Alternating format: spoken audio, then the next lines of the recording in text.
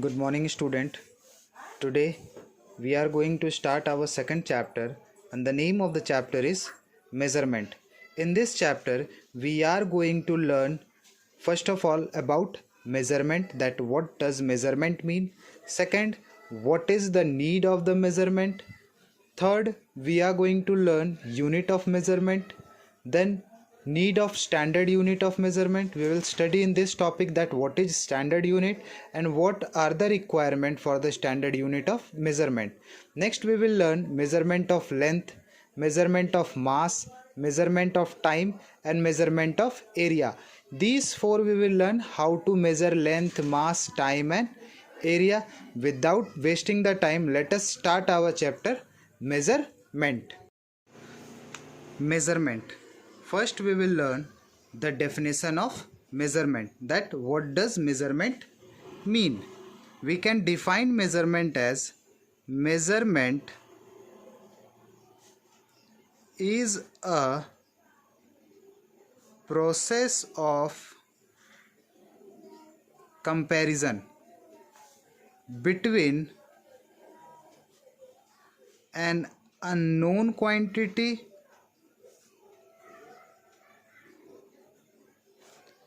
with a known quantity. We can define measurement as measurement is a process of comparison between an unknown quantity with a known quantity.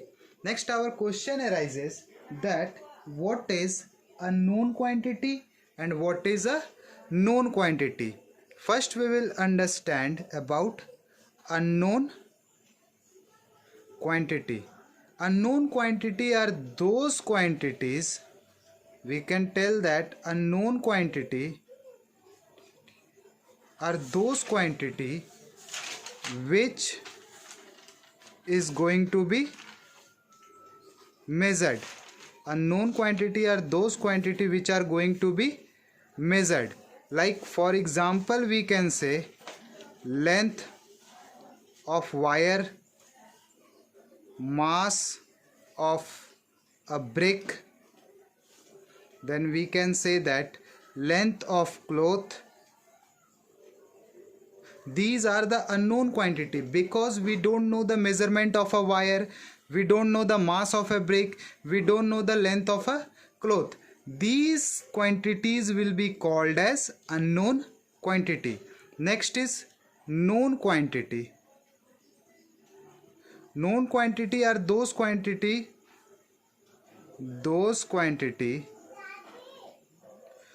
known quantities are those quantity by the help of which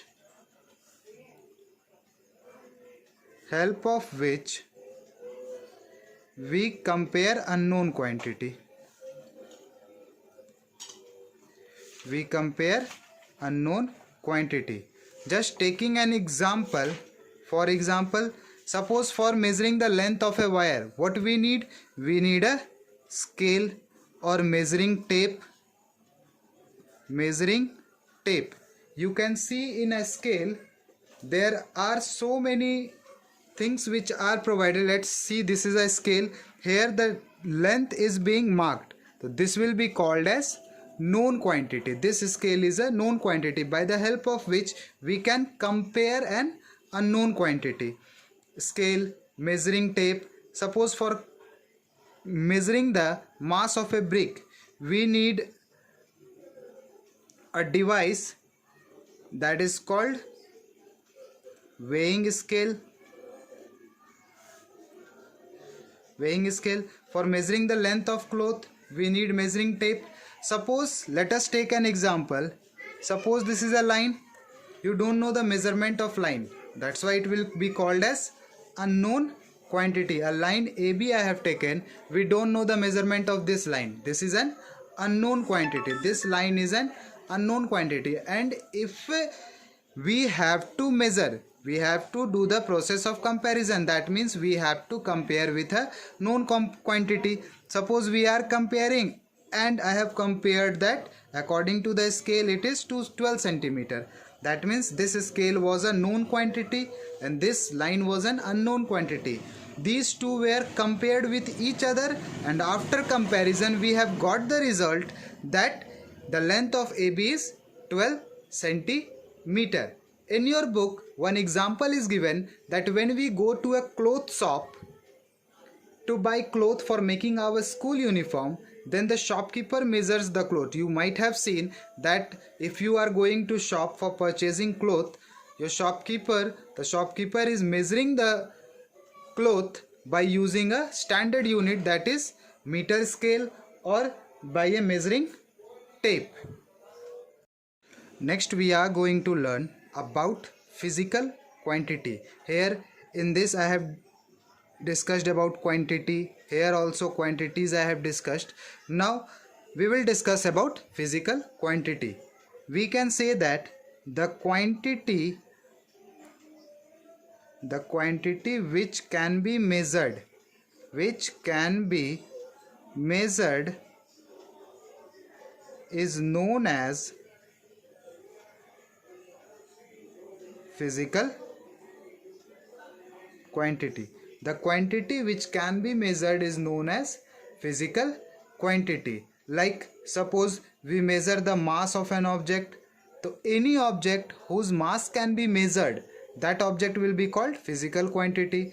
Length of an object, any object whose length can be measured, that object will be called as physical quantity.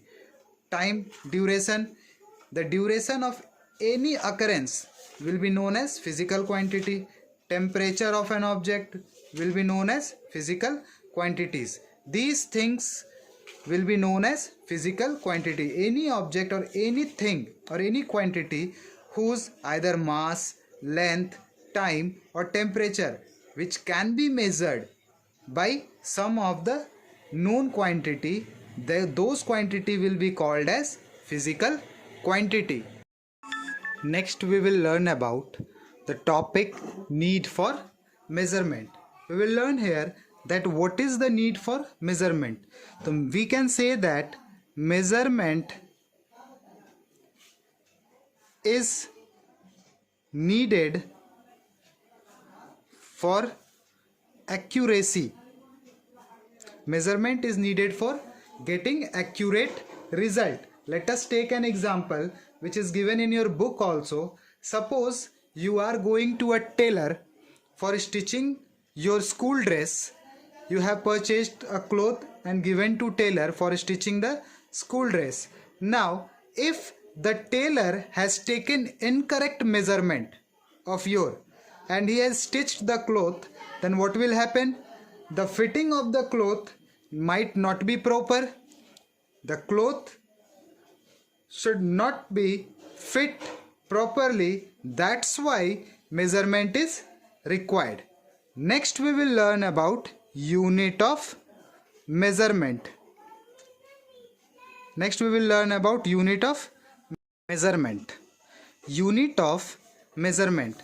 Now we have studied just till now that we can measure the length, we can measure the mass, we can measure the time, we can measure the temperature. We can measure these physical quantity. There are certain specified unit. There are certain specified unit by the help of which we can compare the length of any object, the mass of any object, the time of any duration, the temperature of any object. There are certain predefined unit that will be known as known quantity. Now next topic is need of standard unit of measurement. What is the need for standard unit of measurement? Before discussion of this topic, let us give an example how the people in early times used to measure the things. They used to measure the things by their hand, by their fingers, by their footstep. You can see in your book in page number 22 There are certain example, they are measuring the length by using their palm like this. They are measuring the length by using their hand like this. Like this they used to measure. They are using their footstep. Suppose today also we are measuring the length of the cricket pitch by footstep, that 22 yards. We are measuring the length of the pitch by the footstep. So these were earlier unit of measurement, but now these are not appropriate. Now for making it appropriate, we will study SI unit, that is known as Standard International Unit, or you can say that System International Unit. This unit is used worldwide. These units were used only in our country or in some of the places. In all the places these unit were not used, but SI unit is used in the worldwide. Let us take an example for measuring length. For measuring length, the SI unit is meter. For measuring mass, the SI unit is kilogram. For measuring time, the SI unit is second. For measuring temperature, the SI unit is Kelvin. These are the System International Unit which is used worldwide. Now there are certain smaller and larger unit. Apart from these SI unit, there are some smaller unit, there are some larger unit. Like for measuring length, centimeter is also there, millimeter is also there, kilometer is also there, feet is also there. These are the different unit for measuring the length. Next, for measuring mass, there is gram is also there. This is a smaller unit. Quintal is there, ton is there. These are the smaller and larger unit apart from the SI unit. This is SI unit and this is other unit which we are using. Second, apart from the second, minute is there, hour is there, day is there, month is there, so many are there. For measuring temperature, Kelvin is the SI unit and degree Fahrenheit is there, degree Celsius is there. These are the other unit other than SI unit. Next we are going to learn about the value of measurement,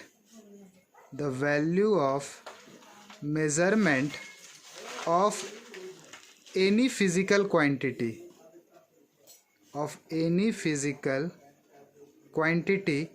consists of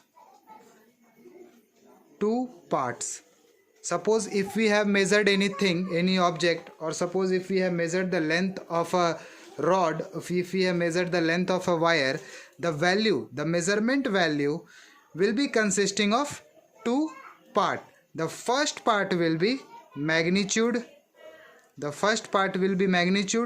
second part will be unit. Suppose that this is a wire. Suppose this is a wire AB and its length is 15 meter. So this 15 is magnitude and this meter is unit. It consists of two parts, 15 and meter. The value consists of two parts. First is magnitude, it means the value, how much it is there, and followed by the respective unit. Suppose if we are measuring the weight or mass, if the mass is 20 kg, the 20 is the magnitude, kg is the unit. Two part is there, first part, second part. That means that the value of measurement of any physical quantity consists of two parts. These things we have to keep in our mind. In the next topic, we have to learn certain rules which should be followed while writing SI unit and their symbols. See here, the following rules should be strictly followed while writing SI unit and their symbols. The first rule is, while writing a unit, only its singular form is used.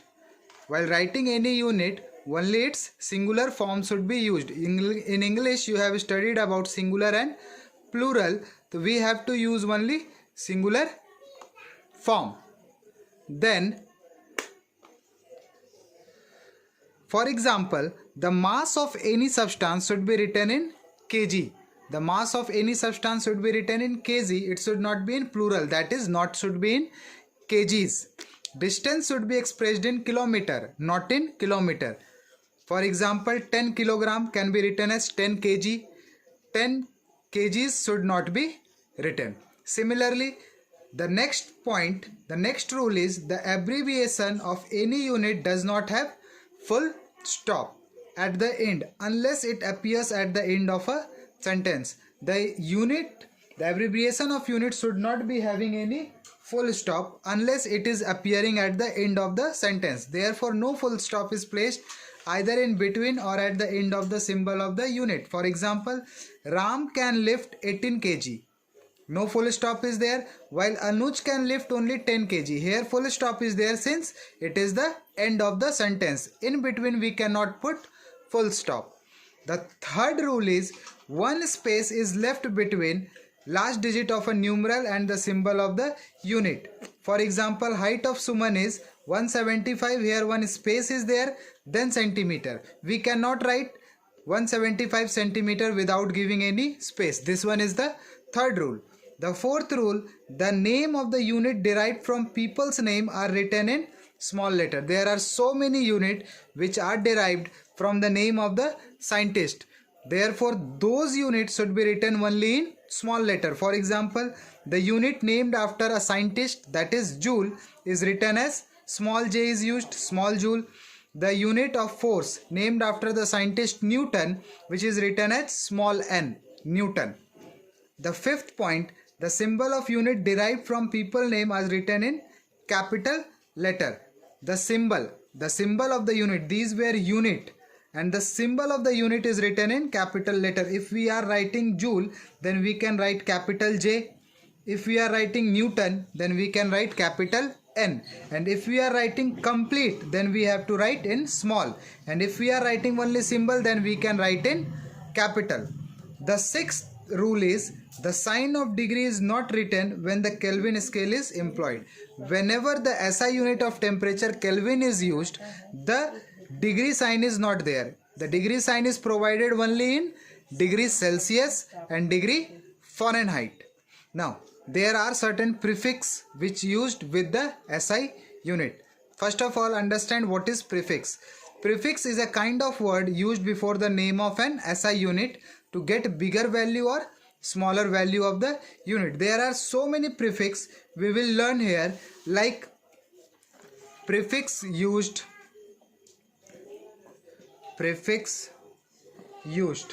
There are so many prefix which are being used. Prefix used. The first prefix is kilo, second is hecto, third is deca, fourth is deci, fifth is centi, and sixth is milli. Earlier in the junior classes we have studied milli, centi, deci, deca, hecto, kilo. These are the prefix which shows us that which one is smaller value and which one is higher value, greater value. Like kilo, hecto and deca are bigger unit. Deci, milli and centi are smaller unit in comparison to meter. 1 kilometer is equal to 1000 meter. 1 hectometer is equal to 100 meter. 1 decameter is equal to 10 meter. 1 decimeter is equal to 1 by 10 meter.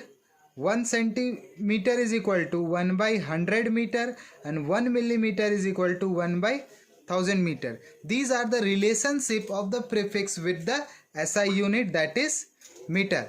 In this video up to here we are covering. In the next video we will proceed further.